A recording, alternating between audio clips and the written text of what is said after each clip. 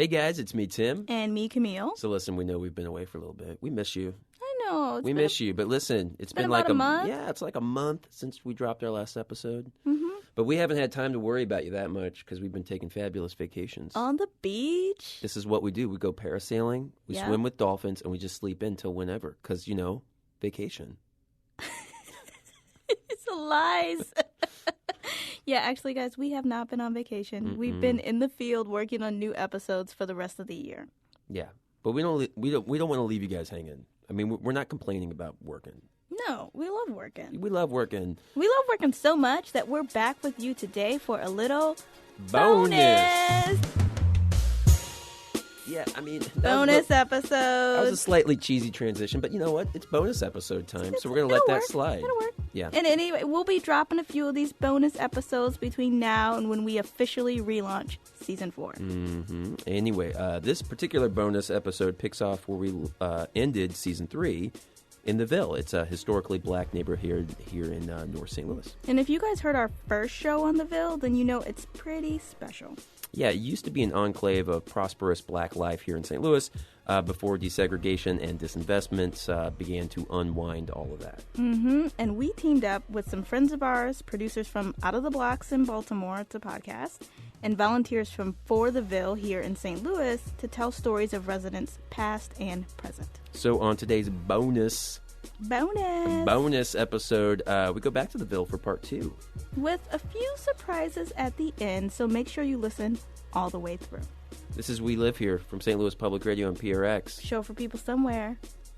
Bonus. Somewhere not on vacation. Somewhere not on vacation. But somewhere on the woke spectrum. We gotta get back to work.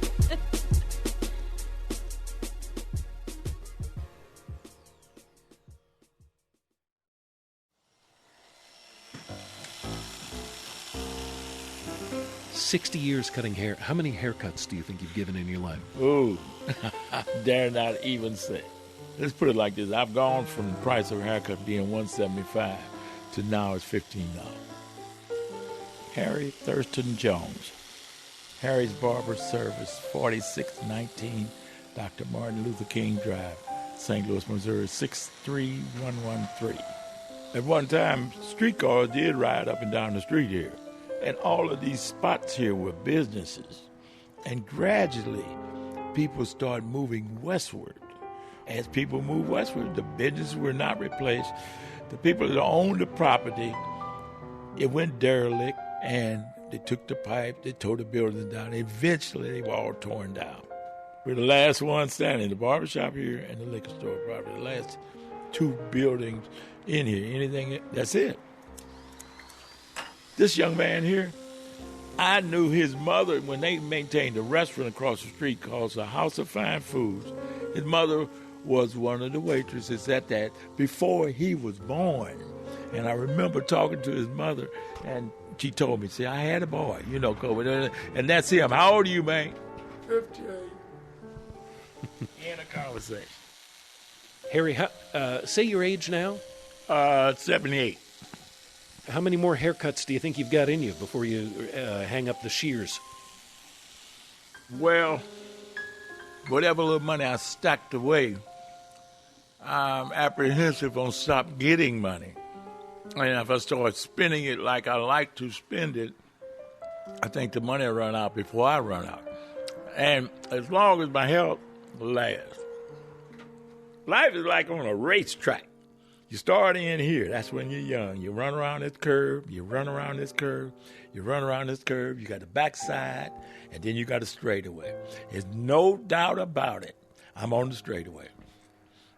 I'm on the straightaway. Now, I don't know how long it is to the end, but I'm definitely on the straightaway. You wake up in one morning, your leg is hurting a little bit, or your arm. So that goes with getting old, as you will find out.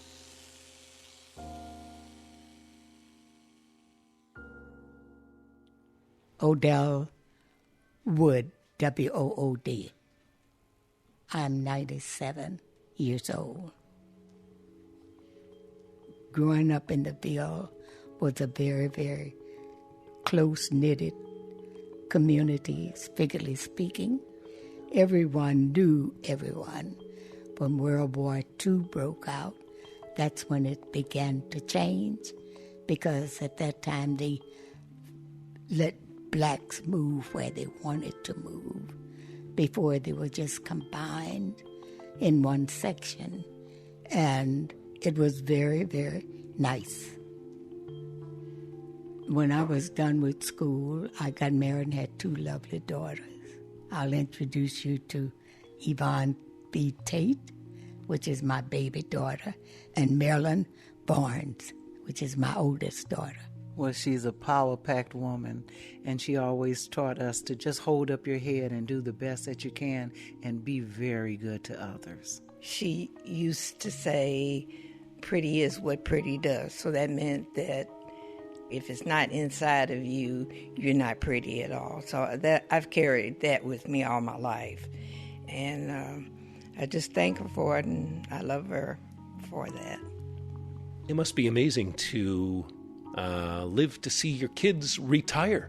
It is. It's a rarity for parents to live to see their children retire. And I give all of that credit to Jehovah God.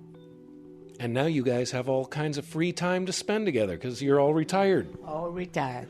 We all 3 are retired now, so we spend a lot of time together. I love them both, and I've been confiscated thousands and thousands of times with the help that they give me and the love that they give me. And I couldn't ask for anything any better. Being 97, they could have thrown me to the dogs if they wanted to, but they didn't. They wanted me with them, and that's what I love about them. They're honest, they're loving, and they're kind, and they're true to the word. John Herman Saunders Sr. now. Yeah, John Herman Saunders Sr., a.k.a. Jack. I was born in the basement of Barnes Jewish Hospital, Washington University Medical School Clinic for Negroes at that point in time. December 26, 1937. What kind of a kid were you? What were you into? Bad, everything. Yeah, man. I mean, I climbed in the coal bin. I had my mom's, oil off of coal. Got in my clothes. She tried. I guess she used Tide. Spick and span it was to get me clean in the bathtub. So that's the kind of kid I was. But anyway, the time that I grew up to, I heard the declaration of war over the radio with my parents. My dad served at Midway in the Navy, LST duty. The hurting thing after the war I saw was troops coming back in separate lines, blacks over here, whites over there. Bullshit, excuse the expression. We would ride downtown and there would be separate counters downtown. But in the Ville, everybody was everybody. We didn't, and there was no real bias for people beyond being black.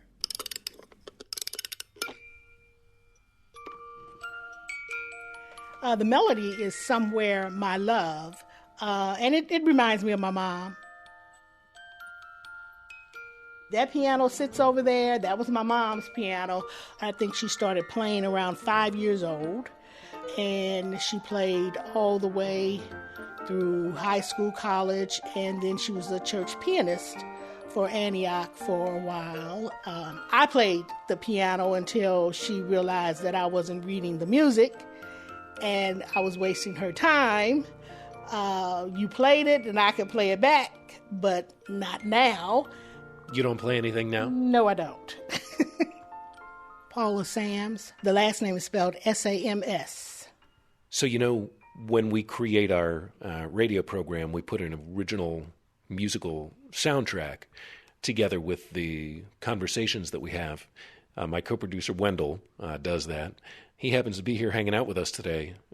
Wendell, what kind of piano are we looking at here? This is a beautiful Wurlitzer upright. I wonder what you think about the idea of Wendell sitting down and giving this thing a try. Have at it. So you've been warned that it may be out of tune. Yes, I have. So you haven't played this in a good while. I'd clean it.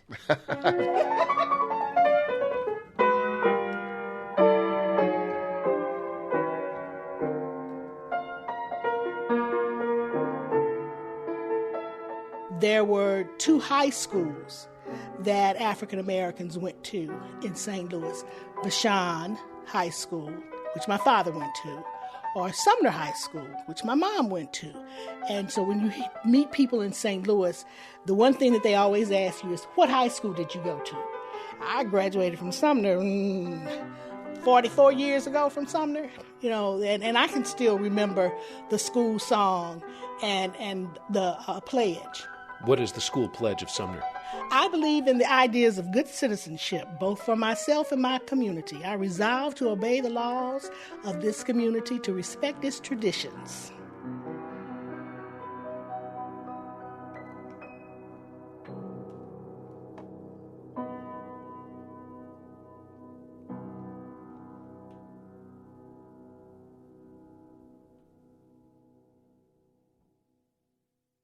I attended Marshall Elementary. I still remember the song from Marshall School. I'm going to sing it for you. Okay. It goes, Marshall, Marshall, we raise our voices in praise to you. Marshall, Marshall, to you will ever be true. My name is Warrice Blackman Davis. What kind of memories does it bring back to sing that song? Oh, the memories of the hallways. We had a library in the hallways. We had a music teacher that expected you to enunciate every syllable of the songs that you sang.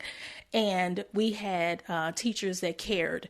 If you misbehaved, they tried to redirect your behavior. But you knew that by the time you got home, there were 2 or 3 people who already knew that you'd misbehaved, and you were pretty much chastised for that. We had local stores, and I remember the store across the street from Marshall, if the bell rang, they would stop serving all children. You had to leave. You could not be served again until lunchtime. We could go home for lunch, actually.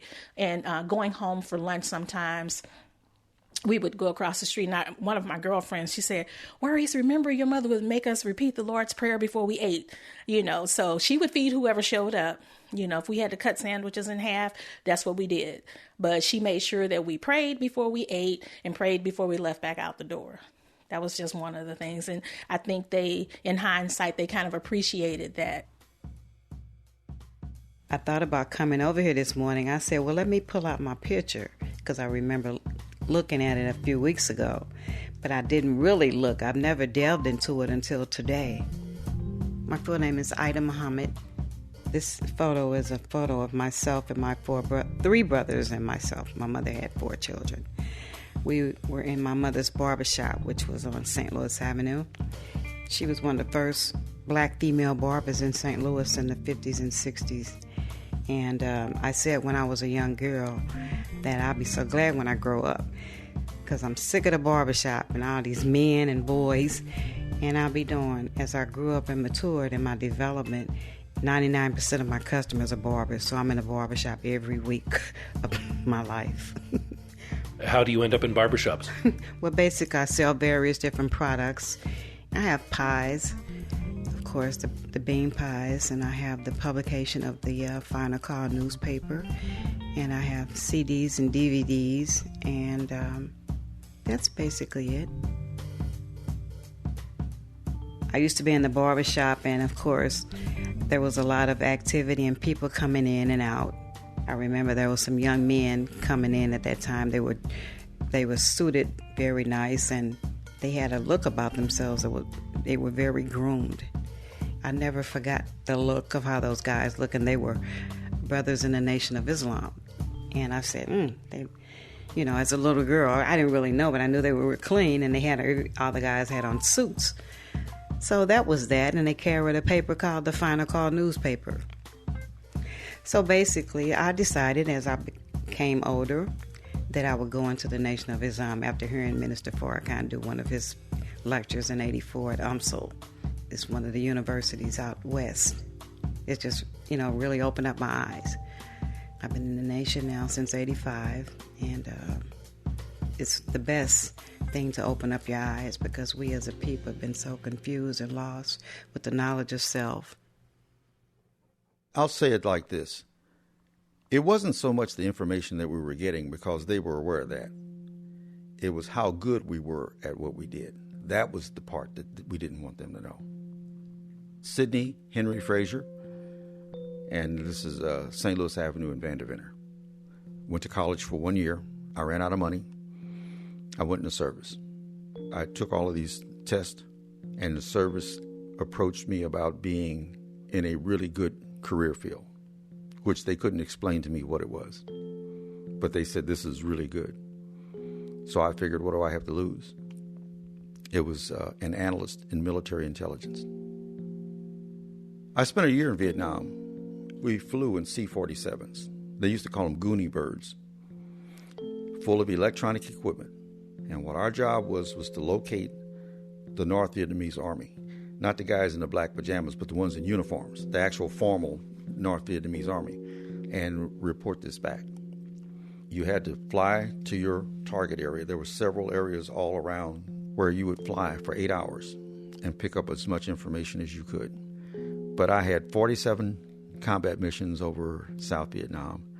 They didn't count the missions that were aborted, meaning if the plane caught fire, which happened, you lose an engine. But that was not uncommon. These planes, these are World War II planes. And I'm in Vietnam in 1971. Well, I'll tell you one instance where we're flying along and the oil pressure in the starboard engine got low. And you had to shut the engine down because it's going to catch fire if you don't. So it'll fly with one engine. Okay, so they shut the engine down. And when they shut the engine down, they have to do what they call feathering. You have to lock the propeller on the dead engine. Well, the feathering switch was attached to both propellers. So when they hit the feathering switch, both engines went out. Because it locked the propeller on the one that was running. And what impressed me was that the pilots, we're getting ready to bail out. We're putting on our parachutes and stuff, The pilot and the co-pilot sat down and went through the checklist and did everything and started that engine back up. They didn't know why it went out, for starters. But if they went through the checklist, they just inadvertently found out and started the engine. There was nothing wrong with the other engine. And so we didn't have to crash that day. But that was a pretty close call. You're in the Ville in North St. Louis. One neighborhood. Everybody's story. It's out of the blocks. Out of the Ville.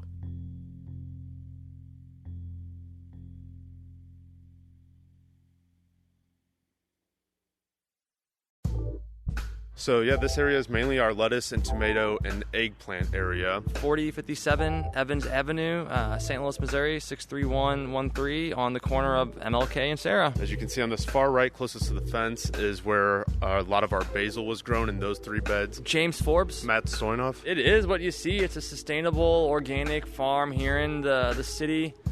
Formerly, it was a gas station, and then it was an abandoned lot for about 20 years. One day I met Alderman Sam Moore here. He pointed to this property and said, if you want this property, I'll get it to you for $5. And so I said, done. This is, as James had mentioned, our aquaponics system. It looks like there's a bunch of raised beds, almost like they look like giant pool tables, but they're full of gravel and plants. That is essentially what we have in here. We have 4 grow beds, and what we have is 4 500 IBC tank, 500 gallons that is, and they house over 300 fish among the 4 of them. I guess the simplest form to put it is the fish make waste. There's a pump in the water. It pumps it up through the PVC onto that filtering pad, and the remaining waste becomes super nutrients for the plants. So it's a closed loop cycle, very sustainable. It was one of those things where you kind of wonder, is this going to work? And is it something where people are going to just hop the fence, burn everything down, start vandalizing and stealing? And that hasn't been the case. I mean, it really would start with people just like asking, like, what are you guys doing here? What is all this stuff? And we would tell them about the purpose of it, and then also for it to be a food access point, because we're sitting in a federally classified food desert. So whenever certain crops hit or are nearing their end, that's the prime time for community members to know that they can come here and buy our produce for $1, or there's days where they just come here and clip it directly themselves and take it home, wash it, and have food for the next few days. The one thing that this part of St. Louis that it does have going for it is an abundance of cheap, affordable property. I mean, like I said, this property was given to us for $5, and the city's adamantly saying that they're just trying to give this stuff away to anyone that could do anything with it. We're obviously biased, but I mean, there is the potential to turn it into a food production area where that demand does exist. And the plants don't care about crime statistics or like violent around. They just need, like water, light, and nutrients, and someone to tend to them.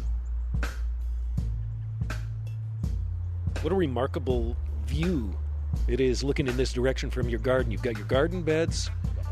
Then you've got, you can all see all the way down to the St. Louis Arch. Yep, it's one of my favorite views of the entire farm.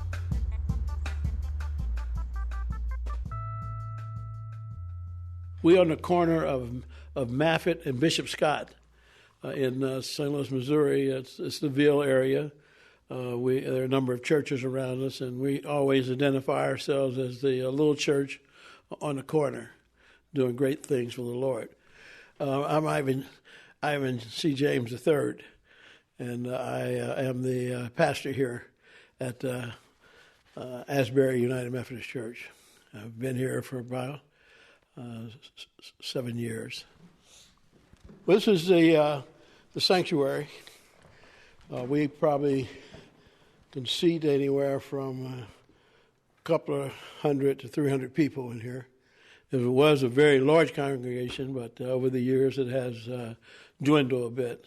And what we're about now is trying to figure out how we can do a better job of serving the community and also to grow our church, I have a social gospel. The other day I talked about God has blessed us so that we can be a blessing to someone else. And each time we help somebody who's in need, then we're being a blessing. And we're fulfilling what God is asking us to do. We have one program which is called Warm Start, where we feed kids juice and granola bar every morning. So before the kids go to school, they come by and get a granola bar and a juice. That little snack we give is probably the only meal those kids have in the morning before they get to school. And it might be, in some cases, the last meal that might be they didn't get anything the evening before. So we served, like today, I stopped and looked at the figures, and we served about 55 kids this morning. When you can help the least and the lost and those in hunger, then you're doing what you need to do. Sheila Steed. Julia Allen. We're cousins. We live in the historic Ville. I'm 68, and she'll be 68. How long have you guys lived together in the same home? I think since 2006. It's been a while.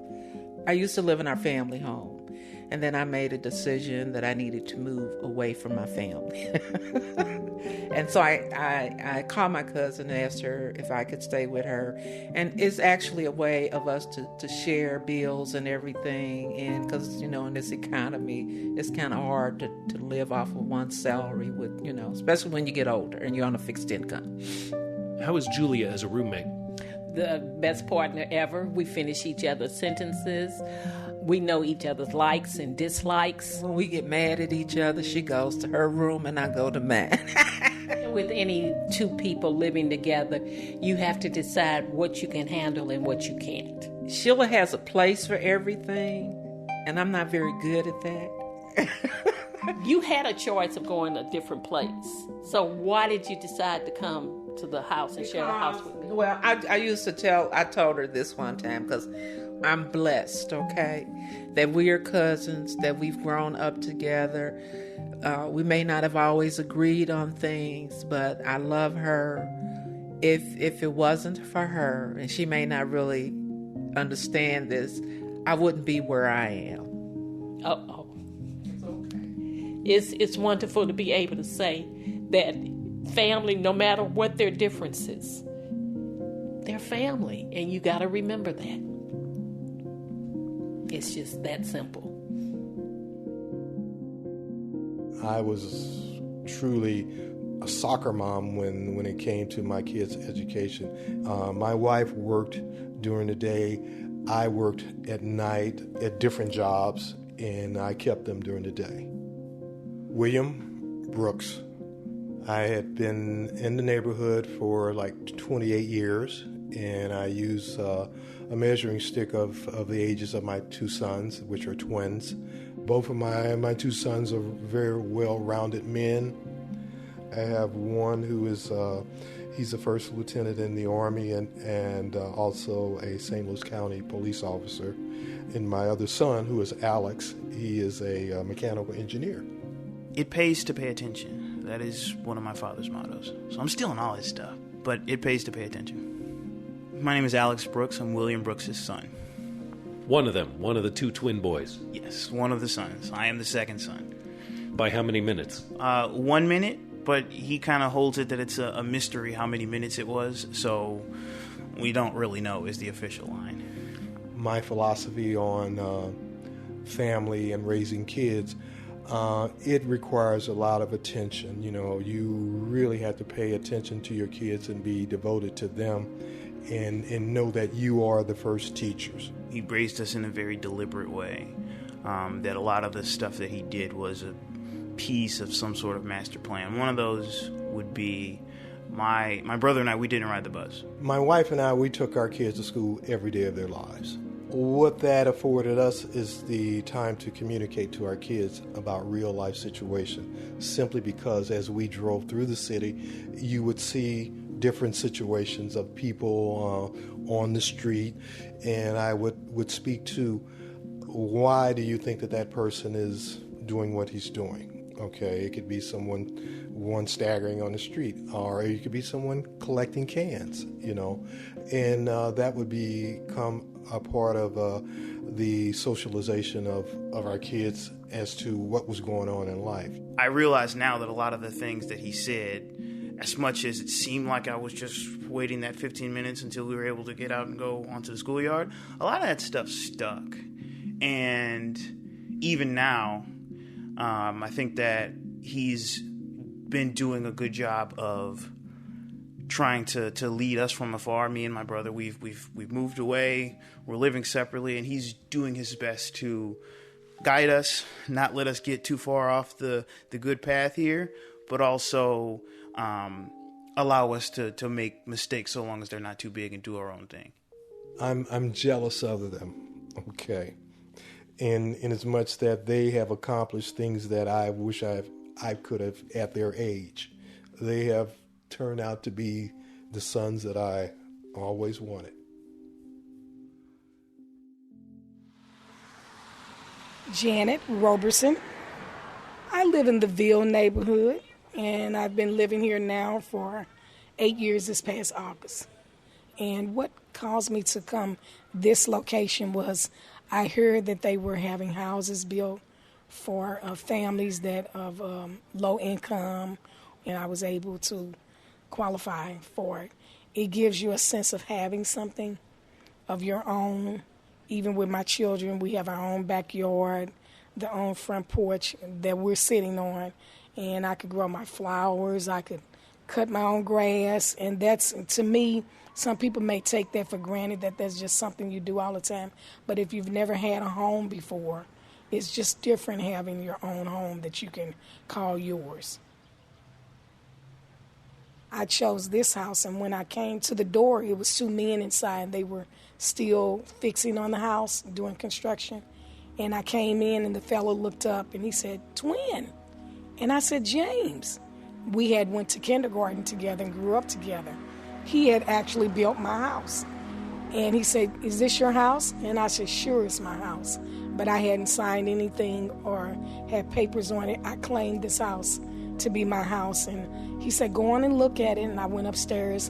And I actually had some, I'm a very spiritual person. And I love the Lord. And I had some oil. And I put it in each room of my house. And I said, "Thank you for my house, Lord. Thank you for my girl's room." And I'm sorry. And I just believed that this was going to be my house. And I left, and then maybe about a week later, they called me and told me I had the house. And the excitement and the joy that me and my children had when we came in the house, we jumped up. We just went all through the house and just said, "This is our house." And it was an exciting moment, a moment I would never forget. And I love it. I think I'll be here until I go to heaven. Okay, so it was so cool hanging out with Miss Jan and really getting to know so many people over there in the Ville. Yeah, it was probably, I would say, of all the shows that we did or produced last season, I don't know. This is my favorite. It's way high up there. Yeah, it's way high up cool. there. But you know what? More. It's not over. Bonus. Word of the day? Bonus. Okay, guys. So officially what you heard was the result of our three-way collabo. I'm going to send it over. No, you're not. We're going to keep rolling because that laugh is addictive. Our collaboration. Our tri-collaboration. All I did was raise an eyebrow. I got that. One eyebrow. Oh, God. So officially, that was the end of the collaboration. But, this is our show. We do what we want. So we actually have extra stories to share with you guys, if you can bear with us a little bit. The first one is from Marlon Boyd, who also has a pretty distinct nickname.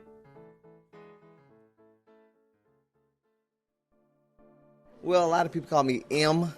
That's like Emergency Miracle Man. I sell a lot of stuff, so Emergency Miracle Man, E-M-M-M. Because I like to sell a lot of stuff, first of all.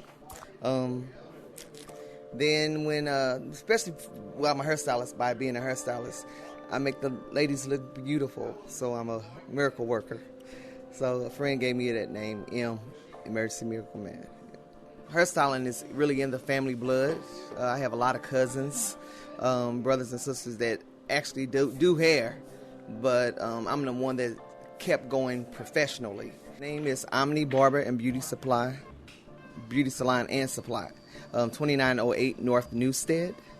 Well, the history of this place, I guess this salon been here for 32 years. I've been in the salon here for 27. But I guess my father used to be a barber here. They used to work down the street. It used to be another salon called Omni Barber and Beauty Salon on Lexington and Newstead, and they moved to St. Louis Avenue and Newstead again about 32 years ago. And I came here from beauty school. I was 19 years old, got out of beauty school and didn't want to go find a salon, but I knew my father and my goduncle had a salon here close by from the beauty school I was going to on Union, United Artists Beauty College. So I just came here because it was not as scary to adapt to other coworkers because I was here with family. So I came here to this salon. Okay, the styles that I do, I basically, I do women hair. So I cut, I love cutting, so I'm a cut expert. So I'm a cutter. I do a lot of spiky, funky hairstyles with short hair. And then I also add weave. I do bonding, glued, sew-ins, I braid. But I'm not a braider, but I do braid for styles. And I keep the women looking fresh, do the little phase on them and stuff. And I learned the phase from my father. My father used to be a barber, of course, and he taught me how to barber cut while I was going to beauty school because there was a school, they used to come up to the school, which was Annie Malone Children's Home. We was one of the schools that catered to helping the kids that were unfortunate to really go to the barbershops. So our school helped keep the kids together. what's it?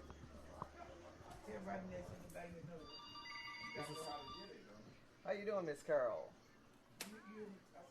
Yes, he's here. Yeah, he's here too. Everyone that comes in the salon basically know each other from the neighborhood, or they meet someone that they already knew in the past, and they kind of know each other. But it's a small salon, but it's a family salon. So he gonna curl my hair up and make me look sexy. Probably about it. Neoshia Moore. I've been coming here for like 25 years. And Marlon is a good stylist. He do his very best. And every time I go somewhere, I get very good compliments and stuff like that. And I just enjoy coming. Oh, he's very kind-hearted. Sometimes he get on my nerve being so kind. You know, sometimes people do take his kindness for weakness, you know, because he be so sweet to them and stuff. And they don't want to pay him his money, but I get mad about that. Because I think everybody work hard. They need their money. Yeah. Just like the doctor, you know. Do a good job, you got to come back. when I first started, it was more waves, more stacks, and ponytails. Then it transitioned over to just wanting the short hair because they seen a celebrity on TV, Anita Baker, so everyone wanted the short styles. Then they was doing the finger waves a little bit. Then that kind of flew out, and then another style came in, and it was short in the top, long in the back, like a mullet. Then after that mullet came, now the long hair is here, you know, so everyone wants to wear weave, wants to wear the weave, the long weave. They want it to be weavable, so they want the weave. But now that the waves are coming back in too, so now they want the waves in the color. They go big now with crazy colors, green, blue, purple, pink. So now the colors is a big thing. First it was the punk rockers doing it, you know, and you had to be a punk rocker, but now it has become one of those colors that I need a color in my hair now. And they go with these odd colors, turquoise and green, and, you know, weird colors now. Some things I won't do because I don't want my character to be that crazy looking. I will do it modestly and add a few colors here and there, but then some colors I won't do because I just don't think it works for work. You know, some people that wear these weird colors don't work, I guess. And some jobs don't allow all that, so I won't do it. All right, so we are at our final story of our bonus episode for you of our collaboration with our really good friends at Out of the Blocks, which if you don't subscribe to that podcast, go What subscribe. are you doing? Yeah, what are you doing with yourself? We've told you about it before. Reevaluate Just your go life. subscribe. Yeah, go subscribe. Really, truly, just a great show. Lots of great stories from all over Baltimore and from St. Louis. So anyways, we've got one more story left to share, and we're going to close the show by sharing you a little bit more of a story you kind of started to hear earlier in this episode. It comes from Jack Saunders. You may remember him as the kid who jumped in his mom's Colbin, or his vivid memories of troops coming home from World War II and marching in segregated lines. So he's really interesting because he spent his career in housing and urban development, and his whole life is shaped by the Ville, preserving its history and now laying the groundwork for its future. So one more time, here's Jack Saunders. Okay, the racial cohesion that I saw, I guess from kindergarten forward, was a compilation of people going in the same direction with a purpose. The business community, I got pictures of the businessmen going back to the 20s, where they banded together and invested in each other. And that was the continuity that they wanted to maintain control. The crime rate was damn near zilch because everybody was doing something constructive there, you know. And I realized in 71 that historic preservation was something that needed documentation relative to us. We pulled together a core group And I guess it was about 12, 14 that would meet once a month about how to preserve the Ville. And so from 71 forward, we worked on trying to put an application together that was consistent with the criteria called for. So I've always recognized staying within the parameters or the mandates that the system would yield the resources to preserve some of the buildings, because without the buildings, you can't keep the thought of what they were trying to do. Sumner High School, Stowe Teachers College, etc. My wife and I do pray every morning about our work, but so the hurdle, the quest in this life journey is not really a challenge to me, because I understand that we both understand the business model of putting together hope for tomorrow exists with what the shit you do today. There is a way to make the North Side come alive again, and it's got to be cross-cultural or inclusive as we go. Moral is never quit, and I don't plan to, from the cradle to the grave. And I lost my daughter, she was 22 in 81, and met my wife in 82, but at any rate, you can't let life defeat you. You got to keep on going forward and have some purpose in mind that's bigger than you. At least that's my approach to living. I ain't got too many regrets. I got a few, but don't want to talk about them.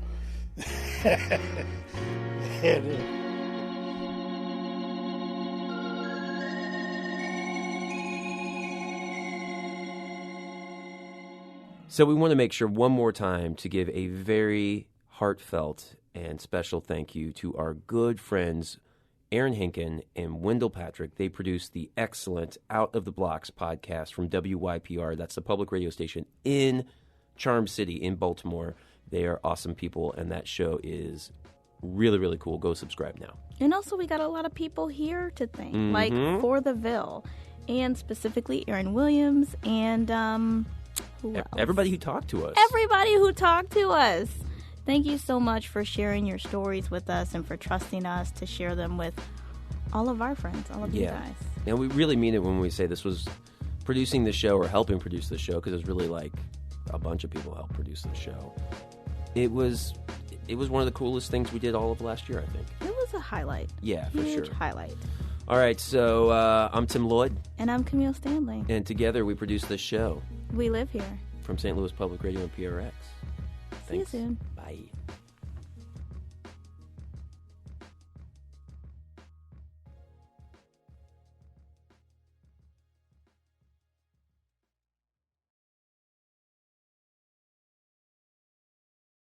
Support for this podcast comes from the Corporation for Public Broadcasting.